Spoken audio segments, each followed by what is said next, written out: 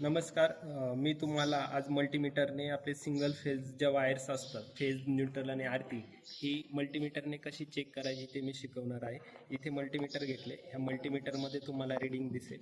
मी multimeter घेऊन मल्टीमीटरचा selector switch जो आहे तो 200 व्होल्ट AC वर जोडलेला आहे आणि मल्टीमीटरचे फक्त पॉझिटिव्ह प्रो घेतले आणि पॉझिटिव्ह प्रो घेतल्यानंतर मी ज्या 3 टर्मिनल घेतलेले फेज, न्यूट्रल आणि आर्थिंग, त्यांचं तिन्हींचाही कलर कोड सेम आहे. पण मग मला त्याच्यामध्ये फेज कोणती, न्यूट्रल कोणती आणि आर्थिंग कोणती हे चेक करायचं आहे. त्याच्यामध्ये मी पहिली वायर चेक करतो. पहिल्या वायरला जे व्होल्टेज येतं ते